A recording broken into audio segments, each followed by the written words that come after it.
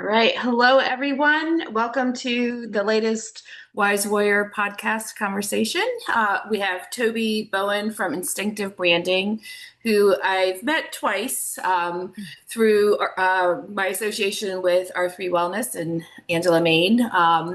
And Toby and I had a conversation last week, and so you're a marketer, and you're also a shaman, Reiki healer, and angelic light worker. Is that correct?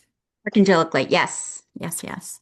So I thought it was important to really bring you on because I have a lot of people in my group who are, spiritual entrepreneurs, and we want to do things differently, but there's still some of that structure that we need to Right. thrive. And Exactly. I We wanted, can't be all airy fairy. yes, exactly. Mostly. Right. So can you share with us a little bit of like your journey from um, that brought you to this combination of like being a powerful spiritual healer, but also like that structured, practical marketing. So share your story, please. Yeah. Okay. How far back are we going? Um, I started my career in the nonprofit sector, and so I was in nonprofit 24 years before starting a marketing agency.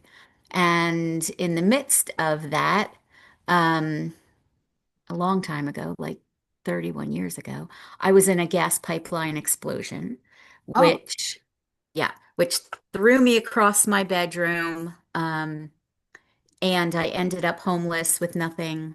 And during that process of trying to figure out how to get out of the house, um, I heard a voice in my head. And in the moment, I reacted to the voice and then moved on. And then later, what was that? That was interesting. So that put me down a different pathway of life and trying to figure out what else was out there. And I didn't do too much with it. I stayed back in nonprofit for a while and then starting my business in 2011. I still didn't do much on the spiritual space. But I went to a like like a meditation event, Reiki healing event, and someone that I met there said a couple things to me, and I said, "Huh, I'd love to have a conversation with you." So she now is my shaman and has brought me to a whole different place. I learned Reiki from her, Archangelic Light, all the shamanic work, and also spiritual coaching to my business, which has helped me to help other people. And so that's the real, like, short answer of that. Um, but that spiritual space started in, I guess, August of 2017. So I've been working on that side since then, like dedicated since then. that's I find it so interesting how like everybody who has gone down a spiritual path, like there's some major life event, even if you had experiences in childhood, Yep. there's still like in adulthood that like for me it was an illness that kind of started my whole spiritual path, and like the dark night of the soul, and I'm going crazy. And other people it's life events like that that just shock you into there's something more here. Yeah.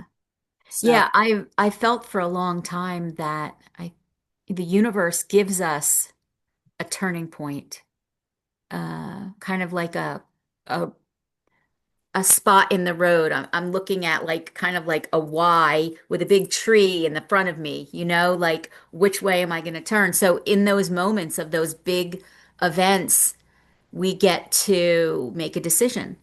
Are we going to go there or we're going to just stay on our path of which a lot of times isn't making us as happy as we would like to be. And choices are scary. yeah.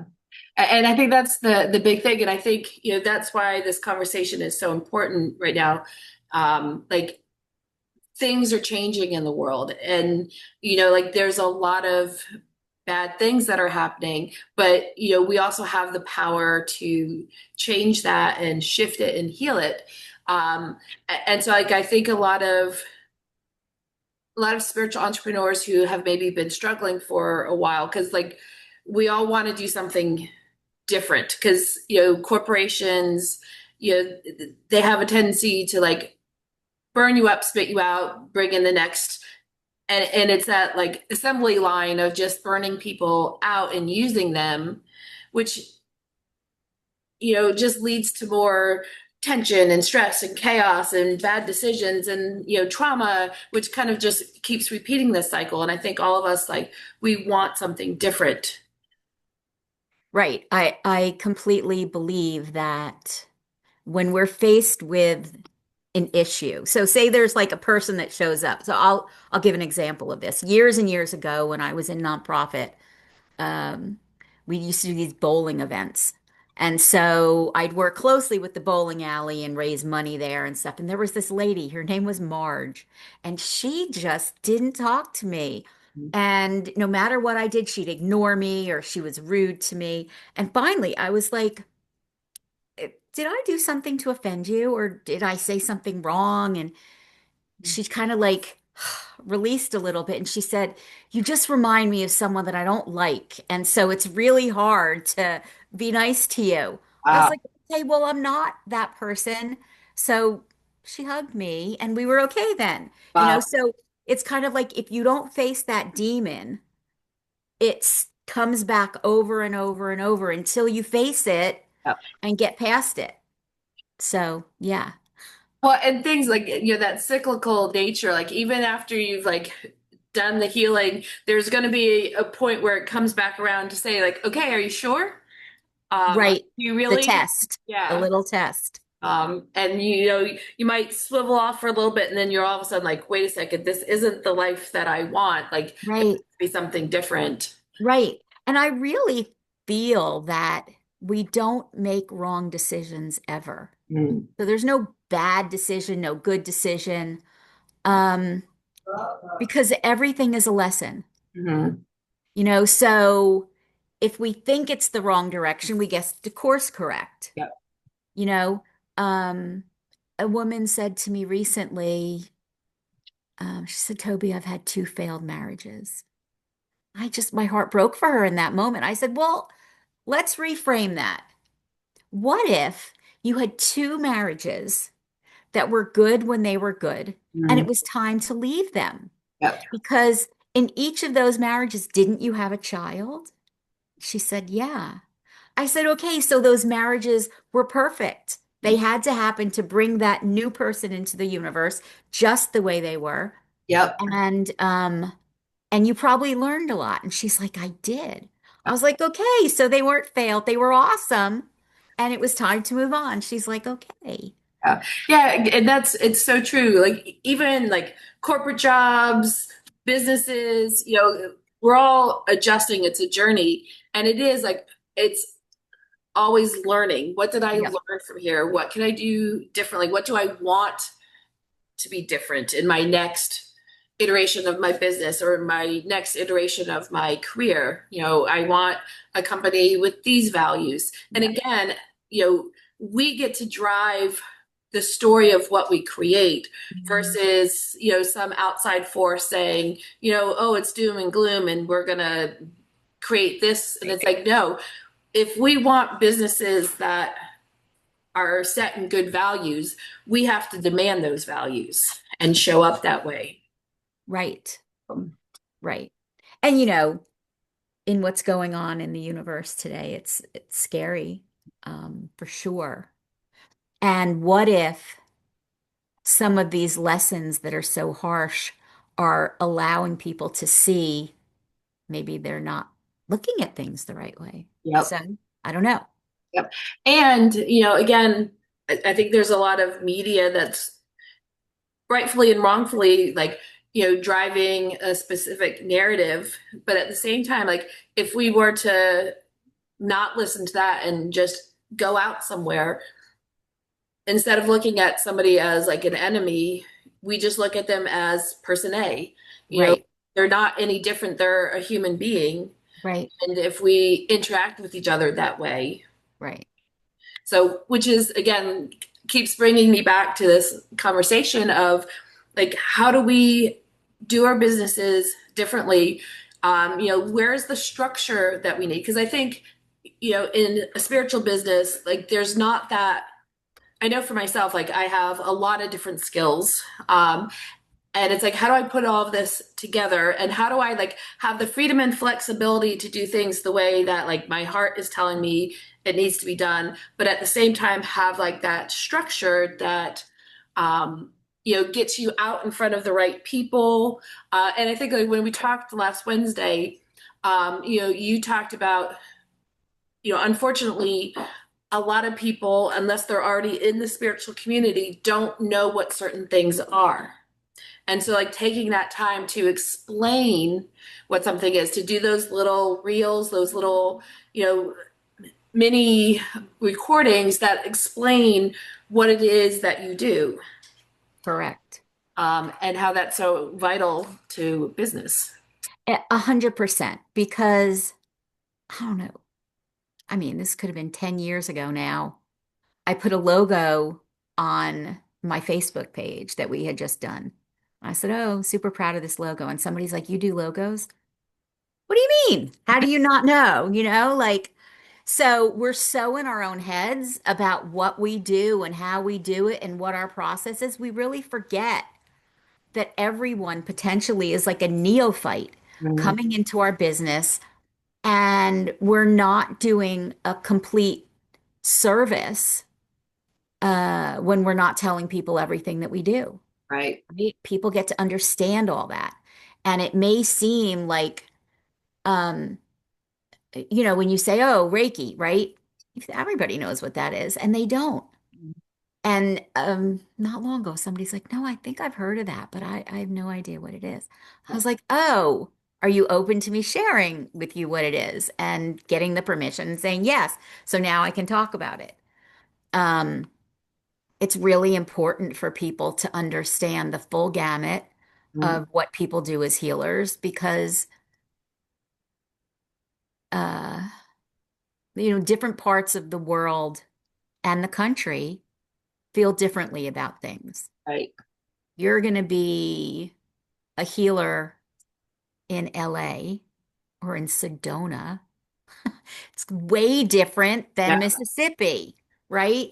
And people are worried that it's against God or that it's not, something they should be working with, or, they're scared of it. And a lot of people are scared of what they don't know. Yep. Yeah, I asked somebody at R3 Wellness last weekend. I was like, would you like an oracle card reading? I'm doing some free. And he was like, oh, I don't want to know my future. And I'm like, well, that's not really what that's about, but okay. But it's like that mentality. And I think, unfortunately, there's a lot of like spiritual people, and I'm not against religion or anything, but like people will tell you, oh, like that's the devil's work. And it's like there can be some people who are doing the devil's work, but like there's people in the church that are doing the devil's work too. So it's but where is your heart centered? Is it centered on, that connection to God, to source, like whatever you want to call it, Right. and that drives your values, and that openness to things. Absolutely. And I really believe that the important part about, I'll just use the word religion, is that we're good people. Hmm. I don't think that when um, a Christian or somebody Jewish or Muslim or Sikh or Hindu like gets to uh, the pearly gates and they're like, nope, sorry, you picked the wrong religion. You Yeah. you got to go down now. Yeah. No, because I feel like the omnipotent, Yeah. All those. higher being, right, is looking for us to do the right thing. And by virtue of choosing what family you come into and what life you have for your soul to ascend to a better place, you're not being judged on what religion that is. And whatever religion you're born into, that your family says, we're this, you know, I think that's awesome. And as an adult, we get to figure out, is that really my true meaning and my understanding of how the universe works? Um, and so I don't know. So I was raised Jewish.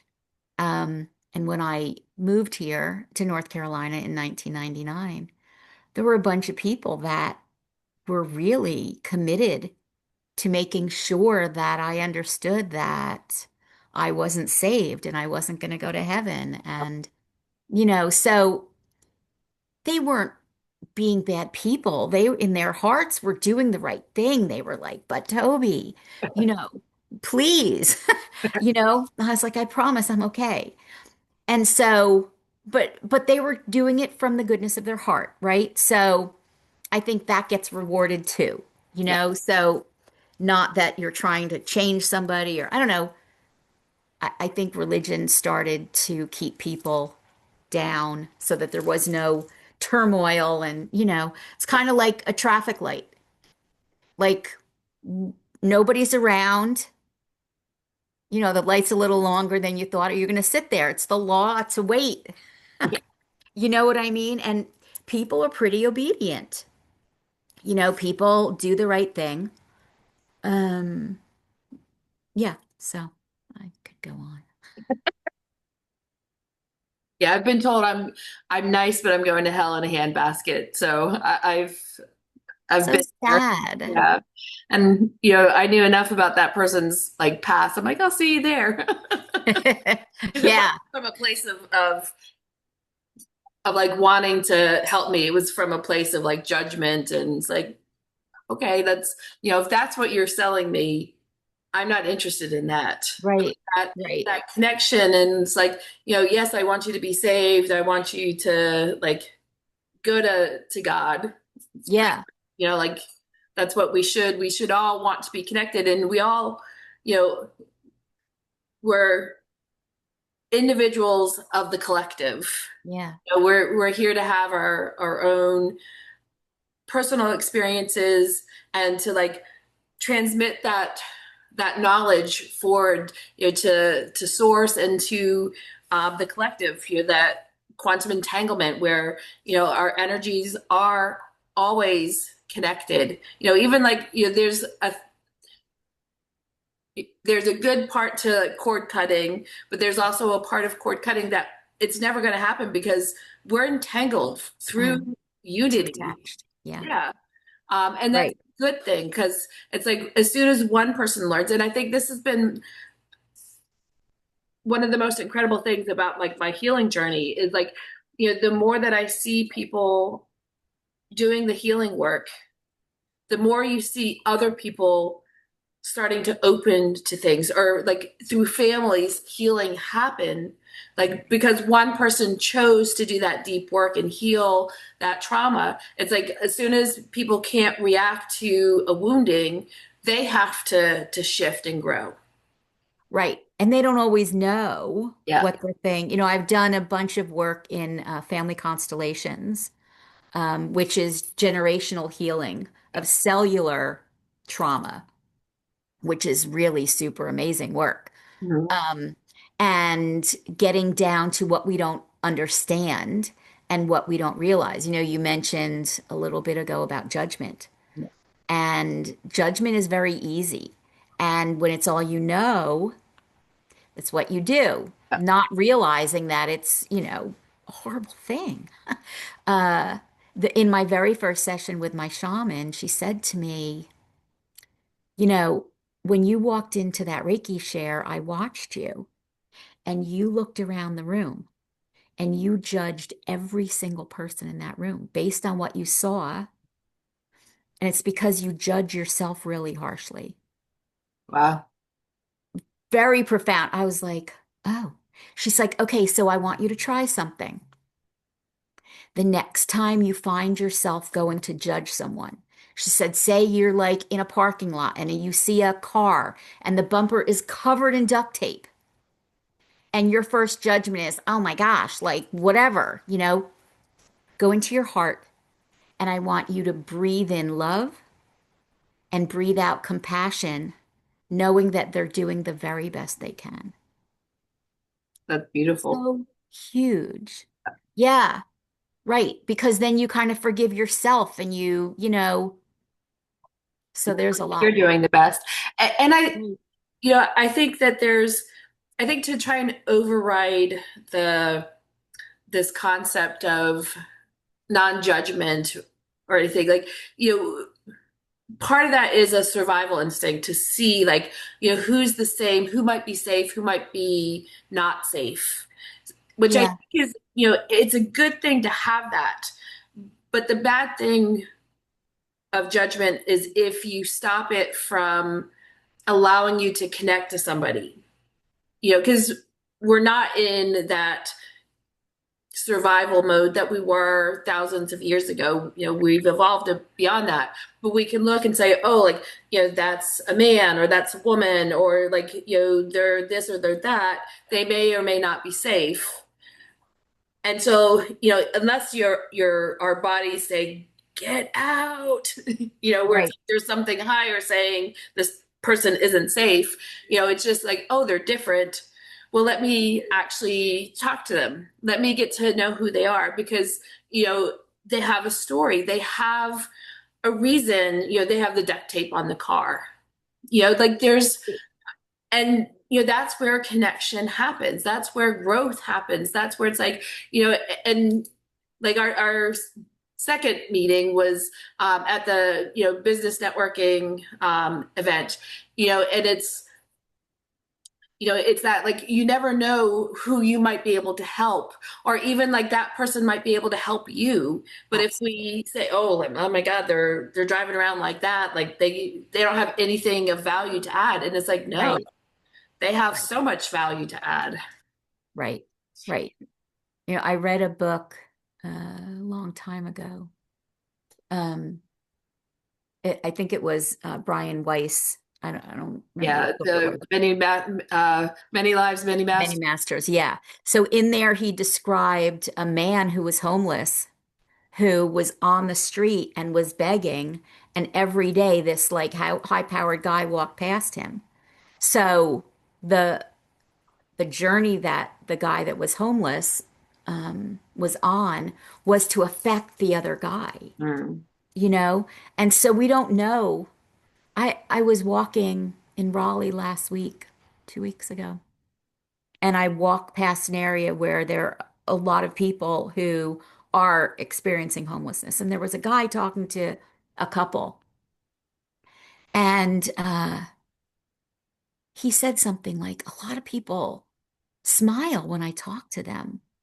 And it just hit me. And he was just like, his energy was just, he was a little guy, but his energy was huge. And I said, no, you do. You affect a lot of people. Mm. And he goes, see? And he just was, I said, can I give you a hug? Like he just had this incredible energy. And for like a minute when I walked away, my body was just tingling Oh, because wow. I was like, are you an angel here? Like, what is going on with that guy?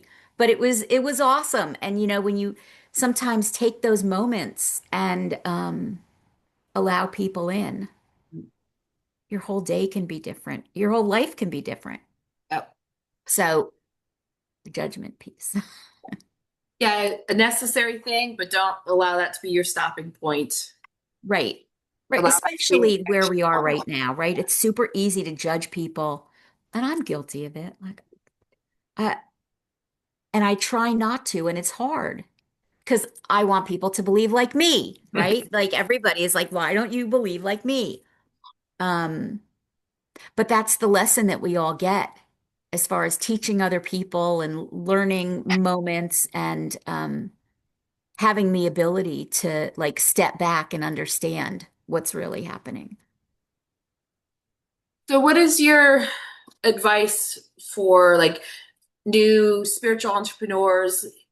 and I'm focusing on spiritual entrepreneurs. I know like some of this advice might be the same for non-spirituals, but because that's the business I have and I'm growing, like, how do you work with clients to help them get that structure from a marketing perspective that they need? Yeah. So I'm going to say this with a caveat. Um, and it's about authenticity. Like, be authentic, be yourself. In the same breath, understand that you get to be okay with not being everybody's cup of tea. So, uh, recently, I said in front of a group, like, be careful what you say on your personal Facebook page. It's not your personal playground. Not everyone agreed with me, and that's okay. But if you utilize, I'll say Facebook, because that's where it happens the most, as a weapon, Mm, just know that you could be offending and removing 50% of the people that might want to work with you. So be authentic and understand the circumstances around that. Or just temper yourself a little bit if you don't want to lose potential clients unnecessarily. yeah, Really unnecessarily. I think it's really important that people understand who you are and what you do. Now, in the spiritual space of all healers, most people are going to know what side of the platform you're sitting on. yeah, That's just how it's going to go. But if you want to be working with, other people, which I have plenty of clients that are on both sides, uh, because I keep my mouth shut. And I don't think that matters to the work that we're doing and the work that I know I can do for them to help them. right. So, um, we put out some posts for different clients for Veterans Day, which I feel like is benign as far as like, thanking people for the work they've done for this country, no matter what platform you're on. It wasn't about that. And this person texted me, take that down immediately. I am anti-military. Mm, Sorry, wasn't the intention. yeah, Um, and a couple of her people liked it already. So, you know, it's just we all have a different come from and understanding about how we want our business. And that was completely fine. Like they don't want that. Fine. We won't do that again. Um, but it's really important to understand to allow people to understand who you are at your core. right, Getting back to what you're doing, the basic premise of what is this service? What is this service? What is this service? If it's coming from you, do a video. I know everybody hates video. I hate video. Ugh. So my social media team is like, Toby, can we do some videos of you talking? Ah.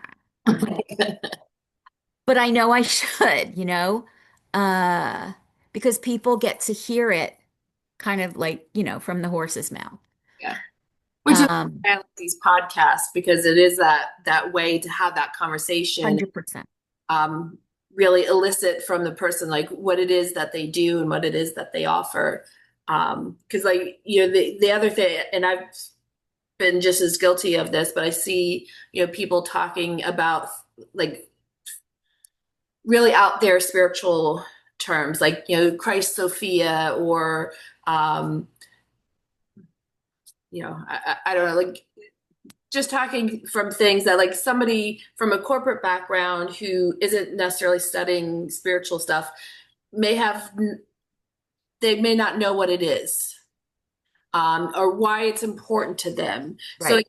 you know, so I think not just like tempering your speech, but like, how do you like be authentic with those things of like, this is the energy that I work with. This is, but also bringing in some of that practical stuff that kind of, puts that concept in terms that like the corporate person who actually really needs that shift and that help, they need to understand what that is.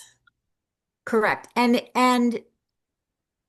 For people who are spiritually based, as I said before, we're all like, airy fairy out here. Find someone who you trust, who can help you in the realms of what you don't want to be doing in your business. Because the way to grow your business always is to be working on your business and not in your business. Right. So it's a really important designation of like what you're doing and maybe sit down and evaluate in the course of a week, what am I working on? What can I offload to someone else in order to, help my business to grow? In the beginning, it was just me. I failed miserably. It's so bad. I was really just doing a lot of social media at first. And so I was teaching social media for business in like 2010. So for a long time I've been a supporter of like LinkedIn, Facebook, before there was nothing else. Um, and it was awesome when I was able to offload it and bring on other people. Now, they didn't do it exactly like me. It wasn't perfect, but it was okay. And it doesn't have to be. And those of us that are perfectionists, we're going to angst over this and be like, oh, but I would have used this word instead of that word. Nobody's reading it really. I mean, they're reading part of it. Yeah. You're reading part of it. And it gets to sound like you. A lot of people are starting to use AI, which I'm a big supporter of. In that space of using AI, don't just use what they say. Yeah. Like, fix it so it really sounds like you. Don't just put it out there. Yeah. Because when people meet you, they're going to be like, oh, I didn't understand this. Yeah. I had a meeting with a guy recently, and we were talking about, his marketing and his stuff. And I said, well, let me see your website, your about page. Me, that's super important. That about page, sometimes you go on an about page and it's like, wah, wah, wah, wah, wah. And it's just like, our company started in 1974, that doesn't tell anything about you. So there was a picture of him. He said it was an AI picture, but he was in a suit. Now, okay, for his business, that could be okay. This guy is covered in tattoos. He rides a Harley. He's got a big beard. I was like, dude, no. Like, this is not okay. This needs to look just like you. Yeah. Because if somebody's going to click off the page because they don't like how you look, they might slam the door in your face when you go to their house. Mhm. So be authentic. It's really important. And update your pictures. And your pictures online should be very similar in your business space. Like if you have, like for your business, if you have a logo as your Facebook profile picture, that's fine. But if you're a realtor, you wouldn't have a logo, you'd have your picture. Mhm. But that picture on Facebook should be the same as your picture on Instagram, the same as your picture on TikTok, the same as your picture on LinkedIn, because you think you look the same in every picture. Other people do not think you look the same. They're like, is that the person? And if you have a name that other people have, like me, there's one other Toby Bo well, I lied. There's a Toby Bowen guy Oh. who lives in Durham, North Carolina, Wow. who I don't know, but my car place that I fix my car has both of us there. So that's how I know. And then there's a female in Mississippi. Oh, wow. So there's not a lot of us, but your name, there might be a whole bunch of Megan Crouches. So you want them to know definitively that's you in every space you're in. So That's good to know because I have like different pictures. Because I was like, oh, I want them to be able to see a variety of me. yeah, no, But so that's good to know. pick one. Pick the one you love.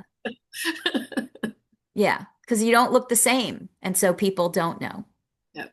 Now, would you recommend, so like somebody who wants to use more of like the spiritual language, is that something that you would say to them, either, maybe mix some of that in your social media content, or, but like then move people into, say, a group where you can talk more openly in those terms. But you're moving people from, you've got to connect to people here, but then you can educate them more deeply on the spiritual terms that you want to use in the group. Are you saying Facebook group Yeah, just specifically? Yeah. like, or like how would you tell people to kind of navigate that? Because we want to use some of those, like the purple flame or the magenta whatever, like this and that, and Right. which it's important, and like there's a purpose to those things, but somebody who isn't already in that realm is going to be like, I don't know what that means. Right. So when you are traversing social media, the internet, your website, all the places where people see you, your goal is to be the authoritarian in a good way. So, so you want people to know that you know your stuff. Hmm. If if you go on somebody's Facebook page and all they're doing is selling, and it feels like, take my class, come to this, I have this special, that is not what you need to be doing online. Your goal is to be selling in every single moment without it feeling like you're selling in every single moment. So, whether you're giving a tip, whether you're sharing a quote of the day, it's all selling about who you are in your business and how you want people to feel and how you can help them. So, your specific question about like, should we dial in a different platform? Maybe you have a platform that's a subscriber based platform. In the beginning, that's super hard because, and I'm making that up that it's super hard. In the beginning, say you have three people in there. People are like, why am I following somebody that only has two other people besides me? Right. So you want to publicly, as much as possible, educate, educate, educate. It's kind of like, like where do you want to live? Location, location, location. It's the same kind of thing where you're putting your stuff, what location. If you're I'm saying a lot. If you are putting things on TikTok, recently somebody said, God, I'm not worried about kids. No, no, that is not who's on TikTok anymore. So if you are trying to educate, TikTok is a phenomenal place to be able to do that. As soon as you have 1,000 followers on TikTok, sounds like a ton, but on there it's kind of easy to get there, easier than the other platforms.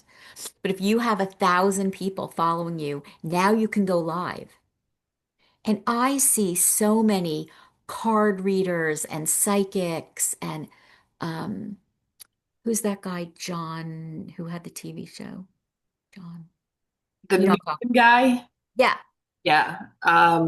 Edwards. John Edwards. Yeah. He goes live on TikTok all the time. Oh, He's wow. like sitting in his living room. He goes, I was just sitting here and figured like come on and answer a couple questions and like ton of people are like get a show back, do your show again. You know, but people are super accessible that way. For a while, I was going onto TikTok and I kept seeing Sylvester Stallone live on TikTok. I was like, what is happening in the world?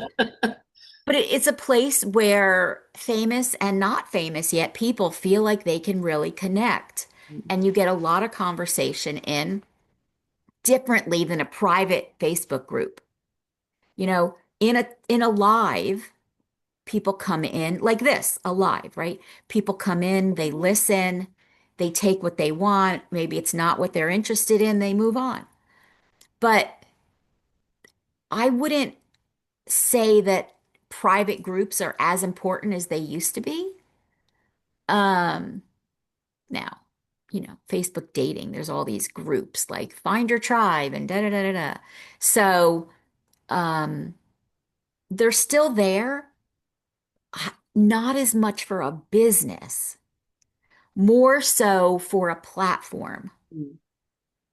like Find Your Tribe, right? Or like the group of like Triangle Women Networking, whatever. It's like 40,000 women, something a lot, Yeah. right? And people are in there asking questions and you know, in that, you know, there's a lot of opportunity for people to respond to you Mm. in this closed group. Again, it's an environment and community, not really a business. Now, a lot of those were started by business owners thinking, let me find a tribe and then I can, get my information here. And I feel like that feels a little like it's frowned on at this point. People aren't looking Yeah. to be spoken to like that. Yeah. Well, and I find anymore with like a lot of the groups, it's so there's so much, and like it gets lost or gets overwhelming, and it's kind of pushing back from some of that. But I think thought that came up when you were talking about like going live on TikTok or even a podcast. It's easy to be able to, like, most spiritual people don't talk 24/7 in spiritual terminology. So like having conversations or going live, you're able to, you know, have some of that spiritual language, but you're also going to have your normal everyday language. And so people get to see both sides of you and understand more of that bigger picture, of what it is that you do and who you are, like the Yeah, authentic side of you. right. It's super important. Super. And we take away snippets, you know? Um, there's no rhyme or reason to why one person remembers this versus one person remembers that.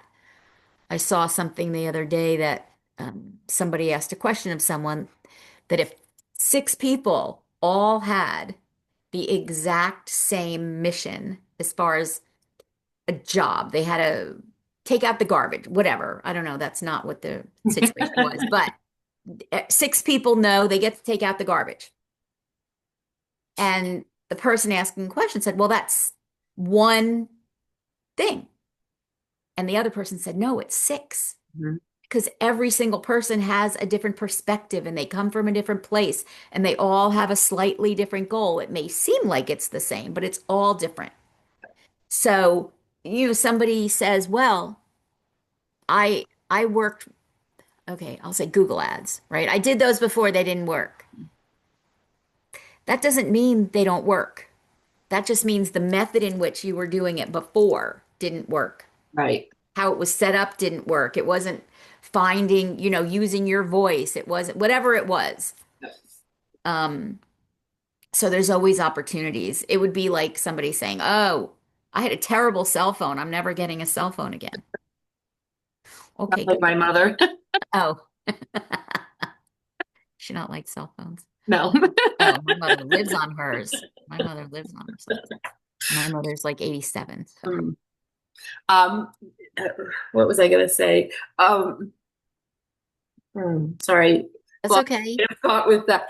Oh, like everybody's going to take out the trash differently. Like it's, the end point may be the same, but the way. Oh, and I remember what I was going to say. Kind of like back to your earlier point of bringing in people who can help you, because maybe you did the Google ads yourself, because you're starting your business, you maybe have limited funds or whatever. But like at some point, like bringing in an expert like you who does instinctive marketing, um, can help you like find your authentic voice, reach the right audience, because it's kind of like, especially like Facebook ads, like it's complicated. And I remember like when I've tried to do it myself, it's like there's not like that specific, oh, my niche is these types of people.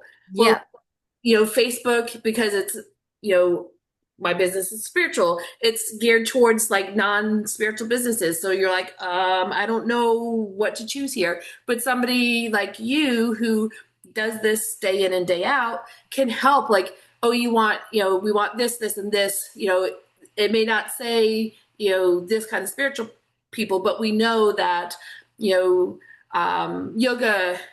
people who take yoga are more spiritually evolved than somebody Correct. doing something else. Like, so you would know how to, help reach the right audience. Right. Uh, I can't say always. Sometimes Yeah, but it's easier than other things. We have a client who does car detailing, and he wanted Facebook ads. Okay, great. Well, we delivered like I think it was 1,200 clicks in 6 weeks to his website. mm, So, where is the issue when it's not converting? Right? We built the website, we did the Facebook ad. Well, Toby, what's going on? To me, his pricing is more than other people.